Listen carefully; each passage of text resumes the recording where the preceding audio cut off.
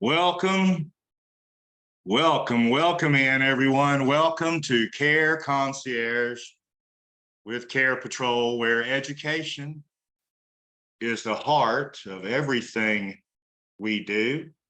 If you're new to CarePatrol, we are aging care navigators, meaning that we assist people. Good afternoon, Mr. Brian. Thank you. We are aging care navigators who work with families who are in a searching mode, a planning mode, or most often in a crisis mode where they need to move a relative into a community or find home care or hospice or other needs, primary care, legal assistance, any number of services. We refer to our vetted partners, and some of our partners pay our commission, specifically those that are assisted livings and retirement companies, and sitter services pay for our services. All others we take for free. And again, our goal is to educate anyone who calls us or calls upon us so that they may make a better and more informed decision for them and their loved ones in the future. Our topic today is cultural competency. This is an ethics unit, and it was suggested by a former attendee of one of our courses who completed our evaluation, which you must do in order to receive credit for today's hour. This is 1.0 hour for social workers and 1.0 hour for nurses. We're accredited by the Alabama Board of Nursing and the Alabama Board of Social Work. And the Alabama Board of Social Work let us know that if we password protect our evaluation, that it can be considered a live CEU, not a recorded CEU. And so we have a password process for our evaluation, and we give the password out at the end of today. So listen for that. Those who attend often know that they can attend by phone or while doing something else, so long as they are getting something from it. And so they may not see our screen where I've listed the evaluation link. Please make note of it, those of you who see the screen. Others, I'm going to read it for you now.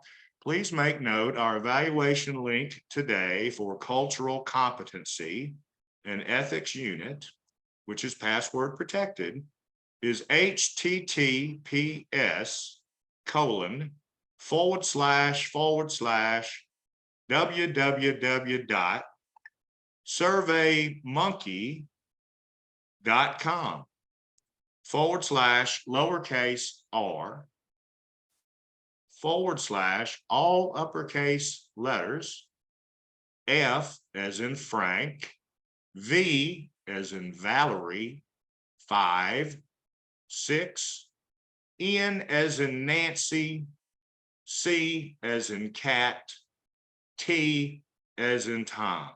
And Ms. Talbert, thank you as always for posting this for those of you who are monitoring the chat room. If you're new to Zoom and you don't know about the chat room, move your cursor up to the top of your screen or to the bottom, and a black bar will appear. On that is the box and letters for chat.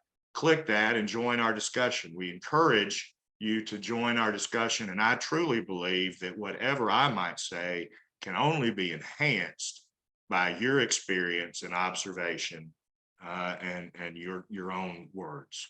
So I will hope that you'll take that as an invitation to join our discussion, join in the chat room. The password, again, we give out at the end of today. If you have needs for care from Montgomery to Tennessee, or needs for someone to talk with someone else about care, just to have a voice, someone to listen, please reach out to me. I cover the whole state, of course. And then C.W. Merritt works for us as our RN and clinical officer. And Janet Pearson is new to us somewhat in Montgomery.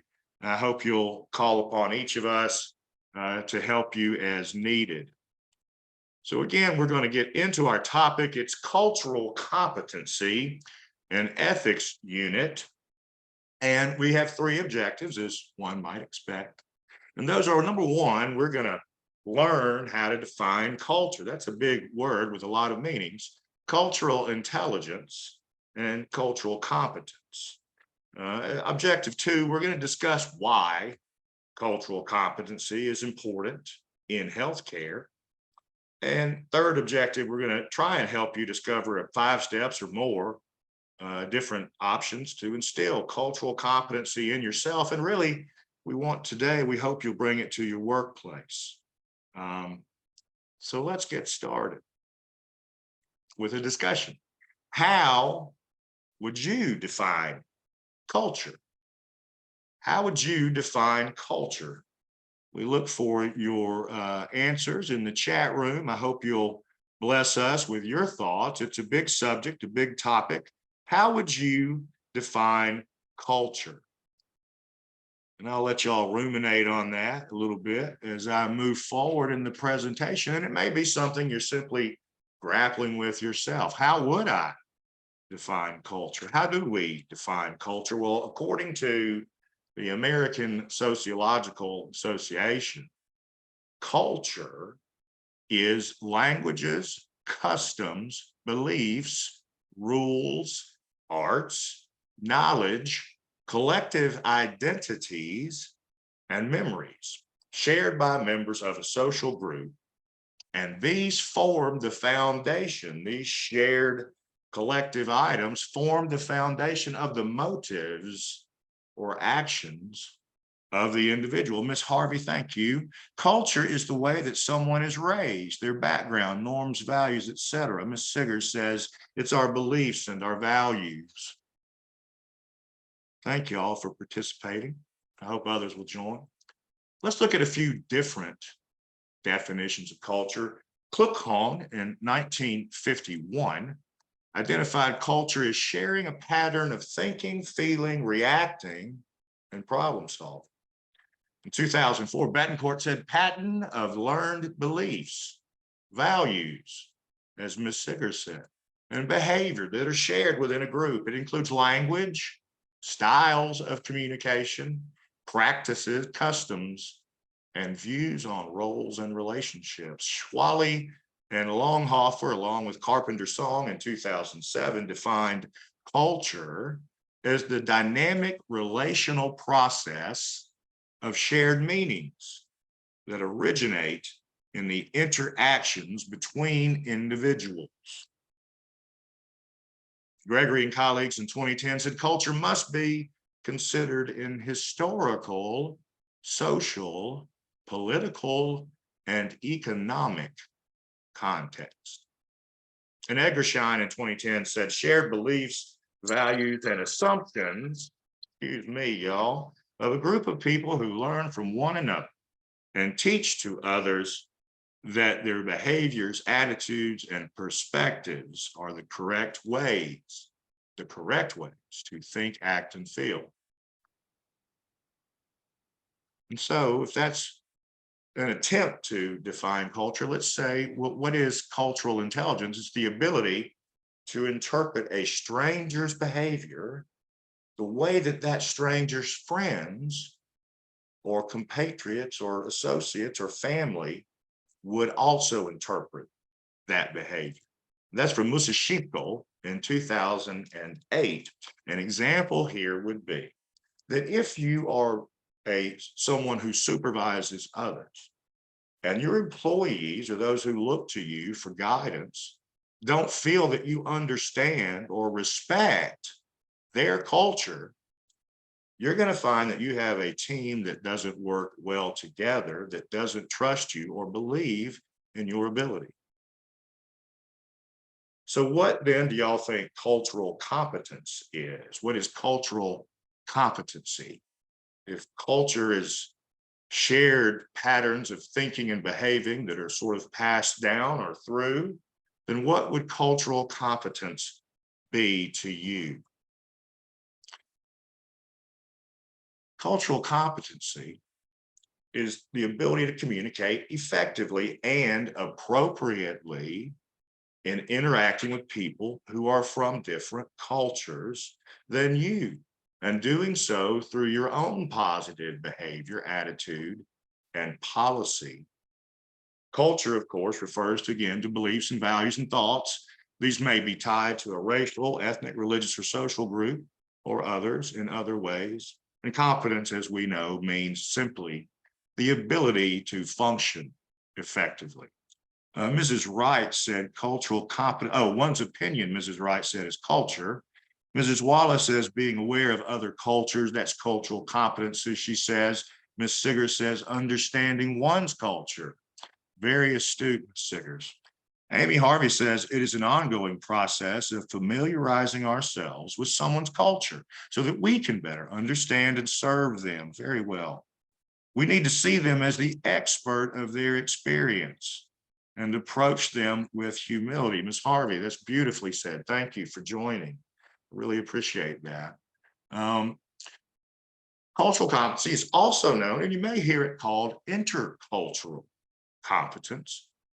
And that is really simply affects and involves a range of our cognitive and affective and behavioral linguistic skills. Okay, it's about communication that lead to effective communication with people from different cultures than we. Effective intercultural communication relates to the accomplishment of the desired goals of the interaction between you and the person of the opposite culture or a different culture, and that all of you feel that you're involved in that situation or communication, and that each of you gain a sort of win-win. That's effective. Appropriate intercultural communications includes the expectations of a specific culture being included in the way that you address this person. It also involves the characteristics of the situation and the level of the relationship between the parties. For example, if you were, let's say, in the ER and someone presented whose religious beliefs led them to disdain Western medicine, medical treatment, and you would be then in a situation where you would, one, want to understand this through active listening, through talking with the patient, and then you would want to understand what are the characteristics of the situation. If you are complaining of a stomach ache and you don't want lab work, that's something perhaps we can work around to honor your culture. If you have an artery that's been severed and you're bleeding out, you may have to look past, in a sense, this specific cultural interaction and save this person's life. However, in doing so, you may be violating their values. And this involves the level of your relationship. In this case, you would be the person providing care. In fact, you would be the lead, they would be the passive party. So you would have to monitor and alter the way that you communicate so as to involve them, make them equal. I hope that makes sense as an example. Jehovah's Witnesses, Ms. Savannah Weaver says, makes her think of them and blood transfusions and their refusal to do those. I feel like that is the most common example I see. Thank you. Thank you, because I knew there would be something more common than what I presented, and I appreciate you bringing that to light. Cultural competency, the characteristics of cultural competence would be individuals simply who are effective and appropriate in intercultural situations. And they would display a high level, to Mrs. Siggers' point, of self-awareness and cultural self-awareness, and they would understand the influence of their own culture on their own behavior, values, and beliefs. So self-awareness requires self-monitoring, constant self-monitoring, so that you would censor anything not acceptable to another culture. Cultural sensitivity, then, would lead to understanding of your own culture and how it determines your feelings, thoughts, and personality, as well as the other person's. And let me tell you, in that sense, I had the great blessing of hitchhiking some in my youth, and I ended up in Southeast Asia. And I learned a couple of things about fitting in pretty quickly, thank goodness. One, is that men who have facial hair in Southeast Asia and Indonesia, where I was, are not trusted. And so I shaved. The other thing that I had a harder time learning, but which was equally offensive in that culture, would be that in that culture, you have to be self-aware and self-monitor and know that if someone passes you an object, you must accept it with the right hand. Consequently, if you pass someone an object like money in an exchange for food from a food cart, you pass with your right hand. You would never never pass, touch, shake hands with your left hand in that culture. And that goes really to something very basic in that culture. And in understanding that culture is that there is no, really no, or at that time was no central sort of plumbing mechanisms, right? So when people toilet, they hygiene with the left hand. And so to pass or touch or anything with one's left hand is to essentially say to them, hey, I think of you as, you know, whatever. And so you just have to be appropriate. And so I can tell you how ashamed I was when I caught myself, reaching for something with the left hand. And I wasn't good enough at developing that self-awareness and monitoring it. Why develop cultural competency then? If you're not going to Indonesia, what use is it to you to develop cultural competency?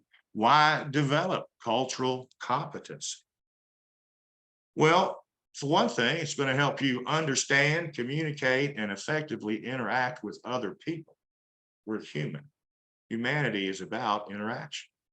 And it gives you the ability to compare and better understand the differences between your culture, which, by the way, you inherited, and someone else's. Ms. King says it's building rapport, and that's true. So developing a cross-cultural attitude then allows you to develop skills for better engaging with people from all kinds of cultures. It is an ongoing process. Cross-cultural skills would be demonstrated to the person of the other culture, let's say, if you treat them with respect, if you recognize their values in the case of the Jehovah's Witnesses, if you accept their knowledge and skills and talents, as well as your own, and if you tolerate and engage and celebrate their success. Mary Wingo says, increasingly more diverse population throughout the country. That is so true, and we'll hit on that in a minute. So why is cultural competency important? Sort of the same question. Why is it important? Well, according to the National Institute of Health, in its cultural competency article of September 2014, cultural competency is important because the concept has a positive effect on patient care delivery by enabling providers to deliver services that are respectful of and responsive to the health beliefs, practices, and cultural and linguistic needs of diverse patients.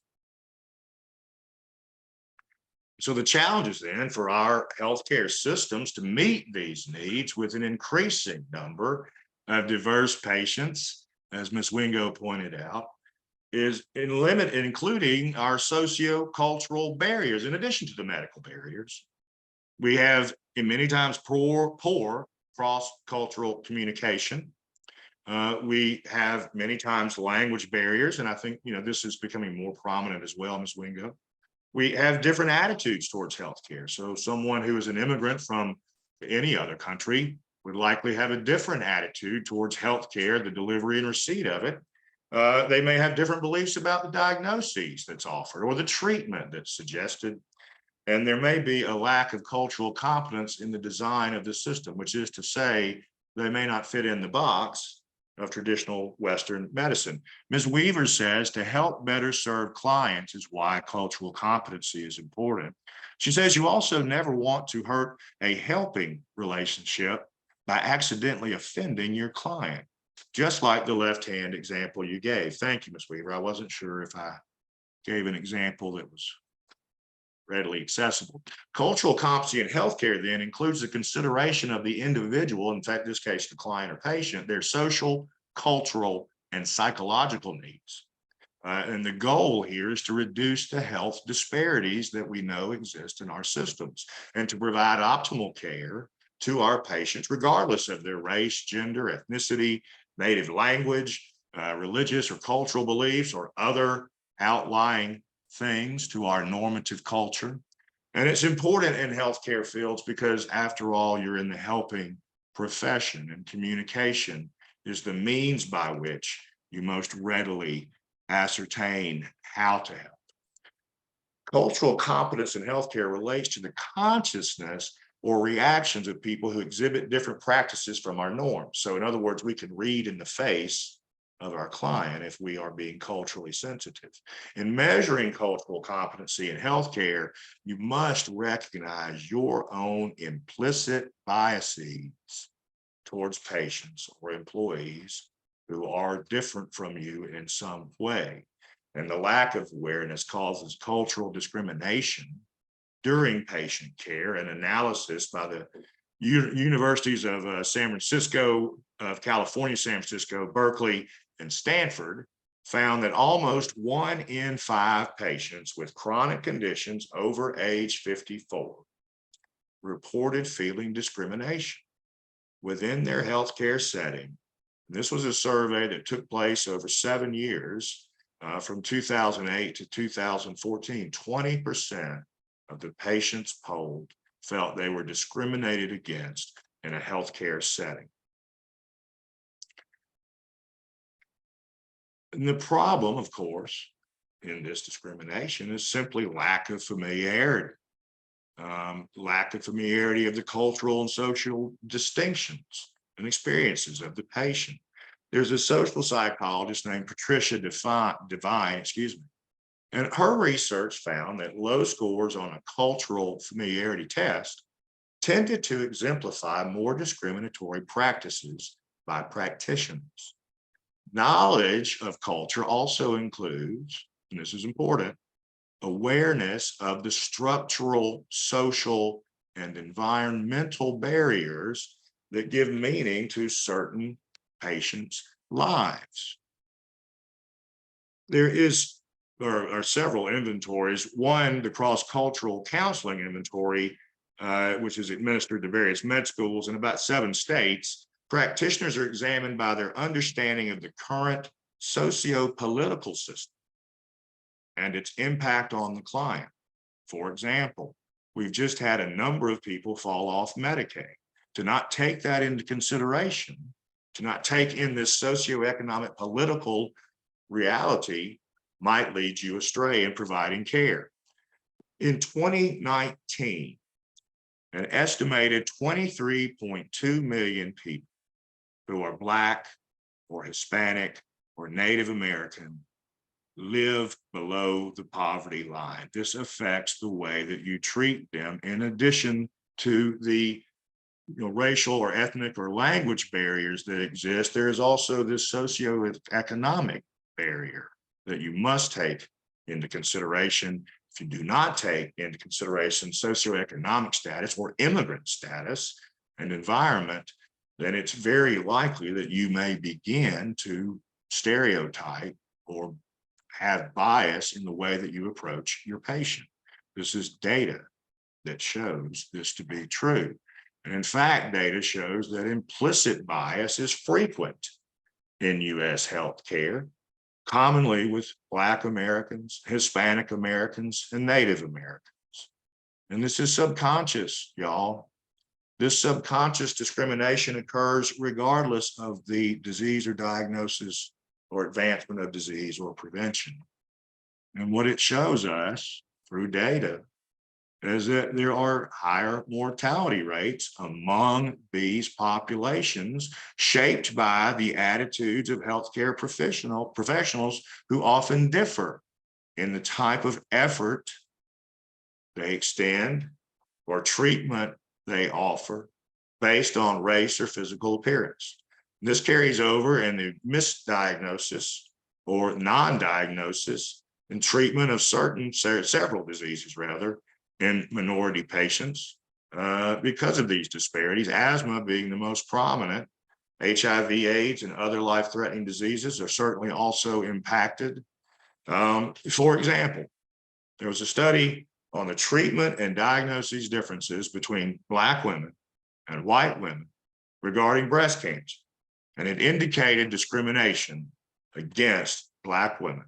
In fact, the study, in its own language, concluded that white women are more likely to be diagnosed with breast cancer, and Black women are more likely to die from it.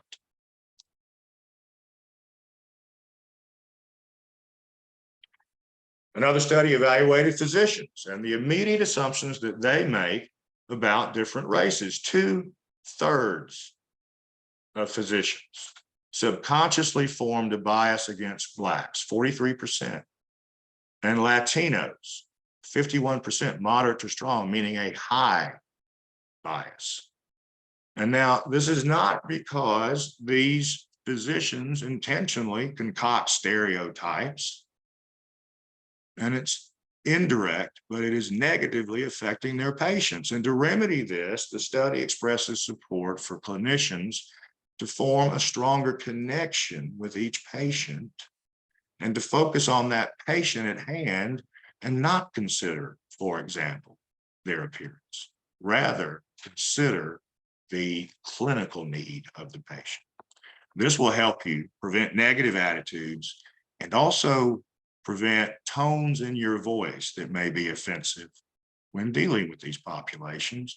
And if you can create this environment in which you bring your client or patient equal to you, then you can have greater success. You know this to be true.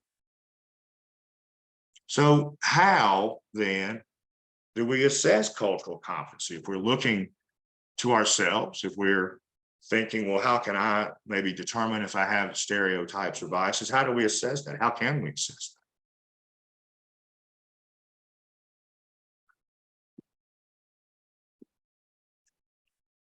Well, if we were to assess our cultural competency, we would assess the following characteristics of intercultural competence or cultural competence, whichever, they're interchangeable.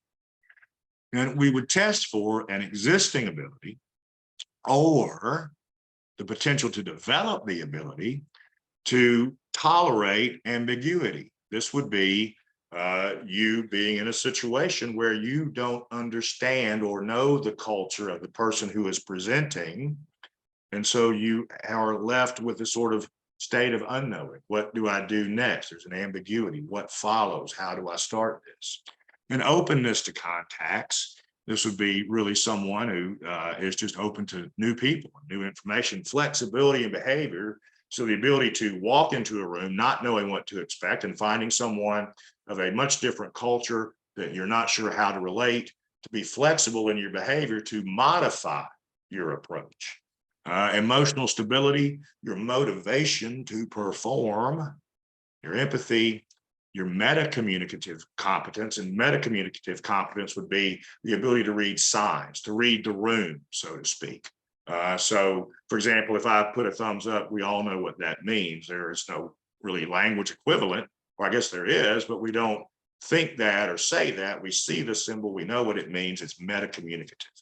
And polycentrism, and all polycentrism really means is that when you approach a patient or a client, remember that you are not alone an individual, okay? There are layers above you, layers of people who will do work that you discover today, layers of people who will bill it and administer it and clean it and other things. So in other words, you represent this monolithic thing of many, many people, and they are one. So your ability then to take yourself down with humility, which someone said earlier, is going to have a favorable and predictive outcome. The quantitative assessment instruments that you might choose to look into would be the Intercultural Development Inventory. This is a 50-item online questionnaire, and it can be completed in about 15 to 20 minutes. And it's used by a wide range of organizations, particularly universities and employers who work abroad. There's the Cultural Intelligence, or CQ, measurement, and then the Multicultural Personality Questionnaire. All of these you can Google and find. The Intercultural Development Inventory assesses the capability of the individual to shift cultural perspective and appropriately adapt their behavior to this shift. So that would be, again, the story I had mentioned about, understanding something and then employing that in your future behavior so as to fit in and not to offend. Intercultural competence is identified as a critical capability in a number of studies focusing on overseas effectiveness. So if you are someone who is looking to work abroad or travel even, this test might be the best to take. If you're looking for something that is a little more, you know, personal to your own experience, your current experience, you might look at the CQ assessment, the Cultural Intelligence Assessment, and it measures someone's capability to work and relate across cultures. So this would be more, I think, amenable to what we're discussing.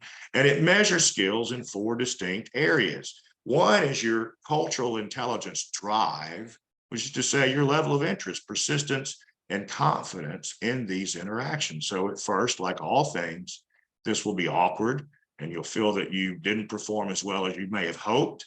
But with time, this skill will be acquired. Your cultural intelligence knowledge is understanding about how cultures are similar and how cultures are different. And your strategy then, what is your awareness for when you are next involved in a situation where different cultures present different options or change the options? And then your action, which is simply your ability to then do these things while working in a multicultural context. The feedback reports include self-rating and norms for these 4 areas, as well as 13 subdimensions. But best of all, it includes a development and action plan. The downside of this test is that it's only available to organizations. So it may be something that if you'd like to be part of, you can certainly try and register online, but you have to have a sponsoring organization, and you might get others in your department or clinic or lab or floor or in whatever setting you work to do the same. And then there's the multicultural personality questionnaire. And this is more about describing behavior when one is interacting with people from different cultures. It can be used to predict how people are likely to adjust to other cultures and come to feel at home with them. And it measures 5 areas: cultural empathy, which is simply your capacity to identify with your feelings, thoughts, and behavior, as well as an individual who is from a different cultural background from you. This essentially is reading not the room, but the culture. There's open-mindedness, which is your ability to be open-minded, unprejudiced, and encounter people in a new group without assumptions. Your social initiative is just your tendency to want or to do, to approach a situation in an active manner and to take initiative, as you would do as a clinician treating someone. The emotional stability is just the degree to which you can remain calm in a stressful situation. So, there's maybe an immediate clinical need, there's a language barrier. Your ability to think quickly and around that barrier and through that barrier to providing care is what would be measured here. And then your flexibility, which is simply your ability to change. You may approach someone in one manner, find very quickly by reading the room, reading the culture, that that's not appropriate. And then you would be able to change your behavior to be appropriate. And so how can we begin then to create this cultural awareness and cultural competency in ourselves? How might we begin to create this in ourselves? That's a tough question, so I'll move. Borsham in 2002 described cultural competence as a nonlinear, dynamic process that is never ending and ever expanding, like the universe. In fact, it is our universe. It is built on increases in knowledge and skill development. And the components of cultural competency are self-knowledge and self-awareness, and awareness of your culture. It's awareness of your cultural worldview. It's experience and knowledge of different cultures, and it's your attitude towards the differences. And cognitive, affective, and behavioral abilities that shape communication, that enable us to be culturally sensitive and appropriate across cultures, can be separated into 5 skills that we'll tell you about that can be obtained through education and experience. Ms. Weaver had said to that question and answer, ongoing education and exposure to different cultures. Yes. Mr. Bryan said, know yourself first. And Ms. Harvey said, build relationships with those of different cultures, ask questions, read books, listen to podcasts, watch movies, follow social media influencers. That's a great tip, Ms. Harvey, of different cultures, etc. And so the first step in creating cultural competency is really the first step in many approaches to health and mental health, well-being, and self-care. And that's mindfulness. Mindfulness being the ability to be aware of the communication and interaction and how it is developing. It's important in this case, and by being mindful, you would employ the knowledge that it is more important that you focus on the process here, just like in meditation, than on the outcome. Again, if you're following the next right steps, as meditation teaches us, then you simply want to focus on those steps, trusting that the outcome will be positive. And while maintaining then in perspective your own goals of that interaction, still modifying. For example, it would be better to formulate questions like, what can I say or do to help this process? Rather than, what do they mean? What do they say? What are they talking about? Okay. So your first reflexive thought should be not what is different or wrong with them, but what can I make different in me to meet them where they are? Second step in creating cultural competency is just having flexibility in our thinking, the ability to create new categories of information rather than keeping old categories. So this skill would include being open, first of all, to receiving new information. Secondly, then one would be taking in more than one perspective. They would be taking in the perspective of their client, patient, the speaker, and understanding then their own ways of interpreting those messages and situations by understanding the culture. Let me give an example here. If one is employing cognitive flexibility as concerns the discussions around gender or genders, then one would, in displaying flexibility, create a new category. Perhaps there is a third gender or a fourth gender. Perhaps there are no genders. Perhaps gender is really not important.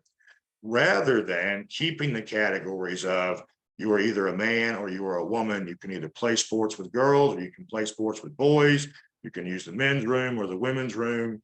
This is what is in front of us now as a society, is having cognitive flexibility to accept these new realities that are part of our world. Tolerance for ambiguity, so the ability to maintain focus in situations rather than becoming anxious, and continue to methodically understand the best approach as the situation involves. So we're mindful, we're cognitively flexible, we have tolerance for ambiguity, and generally, if you're a low tolerant individual, you would look for information that supports your existing beliefs, such as the gender question, or you would be a high tolerance individual who might look for information that gives a new understanding of the situation and others. I'm not saying that the high tolerance individual would necessarily agree, but they would certainly be open to the information and try and assimilate it into their own worldview. And fourth, we want to have behavioral flexibility. So we want to be able to be flexible in our thinking and also in our behavior. We want to adapt and accommodate to different cultures, such as my example. For example, another example, I knew that language. I knew a second language. I could listen to conversations in Indonesian, but I really couldn't speak it, and I was often lost. And so that didn't make me culturally adapted, the fact that I was sort of nominal in the language. What made me culturally adaptable was that when we sat around talking, I did not pull up a chair. Instead, I squatted on the soles of my feet, as you might if you were fixing something like changing a tire. And that's how people sit in Indonesia. They don't sit on furniture. They just squat. And so if I'd sat on furniture, I would have been highly, highly inappropriate, regardless of the fact that I might be following the conversation. And so I had to be, and anyone in a situation like this has to be willing to do something new. And lastly, the fifth step in this creation process we're along, Ms. Weaver says, that sounds, you actually get used to it. I could probably still do it, except I'm 30 years older. Cross-cultural empathy is the ability to visualize with imagination the situation of that other person from an intellectual and emotional point of view. This is empathy. It's connecting emotionally. It's showing compassion. It's thinking in another perspective, their perspective, and it's listening, active. So to develop cultural competency, perhaps these 7 steps may break it further down for you. Practice openness. Demonstrate your acceptance of others who are different from you. Be flexible. Demonstrate acceptance of situations in which you might be uncomfortable and press forward. Demonstrate humility. As someone said earlier, which I appreciate, through suspension of your judgment and through opening up to learning new things. Be sensitive by appreciating the differences in your culture. You can appreciate without approving or condoning or partaking. You can appreciate, showing a spirit of adventure, curiosity, seeing these situations as opportunities versus challenges, using humor. When in doubt, inject humor. Laugh at yourself and practice positive change, practice positive action, practice meditation. And you will begin, I think, to see that you have more confidence in these situations and are more effective. So what other steps might we take? We've sort of given a few, but could there be other steps that we could take to cultivate cultural competency in ourselves? Someone hit on it earlier. Self-awareness. Step 1, understand your personal heritage. Who are you? Who are you? What is your heritage? What do you believe? Heritage here, we're defining as the family's culture, ethnicity, and or religion into which one is born. An inherited legacy, as opposed to a culture, is the beliefs and behaviors of that same group of people. It's important to know your heritage in order to understand others. You might find that there are more similarities than differences. And you also want to understand your family history of its approach to traditional medicine, to Western medicine, to the healing arts in general. And then you also want to recognize that people from different backgrounds may have different views regarding healthcare. For example, Black Americans typically are less likely to want to involve themselves with healthcare because there have been many instances of mistreatment of those same people by Western medicine, by common medicine. You can look in Tuskegee, you look no further to see that. Cultural competency, another thing that we want to do is to be respectful of and to know the heritage of others. So knowing the heritage of the people in the area where you practice can make a radical difference in the way you're able to treat your patient. For example, if you were an obstetrician in Dearborn, Michigan, where there is a high population of Muslims, and you had a young woman come in who was pregnant and Muslim, but who refused to see you, a male obstetrician, you would need to be flexible and understand that she would be better treated by a female colleague because that would be a greater honor to her values. Remember, as a Muslim woman, she would honor and favor modesty and decency. For a man, any man other than her husband, to see her naked would be a great violation. And so knowing that you live in Dearborn, Michigan would then help you to approach that woman at first and say, ma'am, I'm the physician assigned to you today, but I feel like you would be better served by my colleague. And so just understanding the heritage of others can help you address their needs, just as you might understand, as someone pointed out earlier, that in her area, there were a high number of people who were Jehovah's Witnesses and had certain thoughts about medical intervention, specifically transfusions. You want to recognize the health beliefs and practices of the worldview, because these have filtered into America, the country. It's a great melting pot. Patients may choose something other than Western medicine. Some patients may choose a Western idea like chiropractic, or another Western idea like an osteopathic approach, or another Western idea like physical therapy. So patients may both live within the Western medicine and without. And knowing about these different philosophies is critical, as it may impact what you can do and recommend. Then you want to create, again, an environment in which your client or patient is comfortable letting you know their needs and values and belief system. Step 4, be aware of the healthcare culture and system itself, which is the way that we function in Western medicine, which is also known as allopathic healthcare. Allopathic healthcare is a conventional system, our conventional system of medicine, that embraces science. And it encompasses beliefs and practices and habits, customs and expectations that come along with it. As I said earlier, it's polycentric. It may include the belief of technology. Remember, some people may not believe in technology, or it may emphasize certain diagnostic procedures that someone finds offensive. It may use a systematic approach and methodology that is understandable by the patient. It may require promptness when promptness is not necessarily available, organization and recovery, no matter the cost. There may be many people who do not wish for interventions, and so their wishes should be taken into consideration.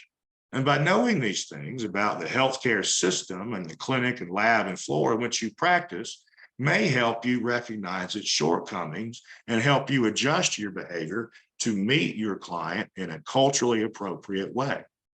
Step 5 would be knowing then these traditional healthcare systems as opposed to allopathic healthcare. And these would be systems that were in place before modern medicine, like Ayurvedic medicine or Qigong or even Voodoo, or sometimes called Hoodoo, depending on what island you are from.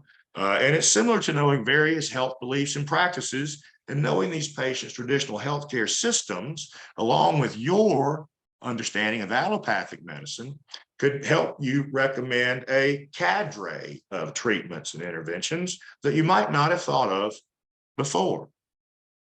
And so if awareness is key to our cultural competency, how do we become more self-aware?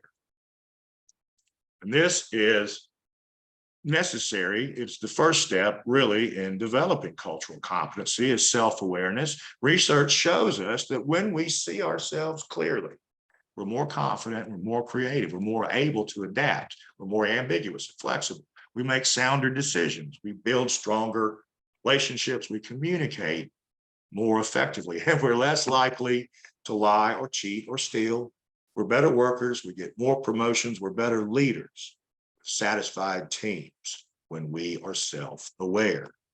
There are 2 broad categories of self-awareness, and research has found really no relationship between them. There's internal self-awareness, which is how clearly we see our own values and passions and aspirations, how we fit within our own environment, the reactions and impact on others that we have on their thoughts, feelings, behaviors, strengths, and weaknesses. If we are internally self-aware, this is associated with higher job and relationship satisfaction and social control and happiness. And it is negatively related to anxiety, stress, and depression, so it has an adverse effect on those. External self-awareness is an understanding of how other people view us in terms of those same factors we just discussed. People who know how others see them are more skilled at showing empathy. and in taking others' perspectives. Then to know how other people see you, you have to know how you see yourself. If you are a leader and you see yourself clearly, your employees will see you as that same and will follow you. It's widely assumed that introspection, examining the causes of our thoughts and feelings, behaviors, introspection improves self-awareness. And yet research shows us that people who are introspective are less self-aware. They report worse job satisfaction, and they have a lower sense of well-being. There's other research shown that the problem with introspection is that most people are doing it wrong. And to understand why they're doing it wrong, the most common question they ask is why? And why is surprisingly ineffective. Research shows us that we don't have the ability in the unconscious to understand our thoughts, feelings, and motives when we ask why. And because so much of these reasons why are trapped outside of our conscious awareness, we tend then to invent answers that feel true but are often wrong. And consequently, the problem with asking why is not just that we end up with the wrong answer. No, it's that we're confident in that wrong answer. You know, the human mind rarely operates rationally. Our judgments are seldom, if ever, free from bias. We pounce on these insights when we ask why, and we find that we believe them. We do not question their validity. We do not accept contradictory evidence, and we force our future thoughts to conform to these wrong answers to the question why. In one study, psychologist J. Gregory Hickson and his associate William Swan gave a group of undergraduates negative feedback on a test of their sociability, likability, and interestingness. And so when these papers, grades were returned, some of the students were asked why they were the kind of person they were. And half of these students, the other half, were asked about what kind of person they were. And when the researchers had these students then evaluate the accuracy of the feedback, the why students spent their time rationalizing and denying what they had just learned.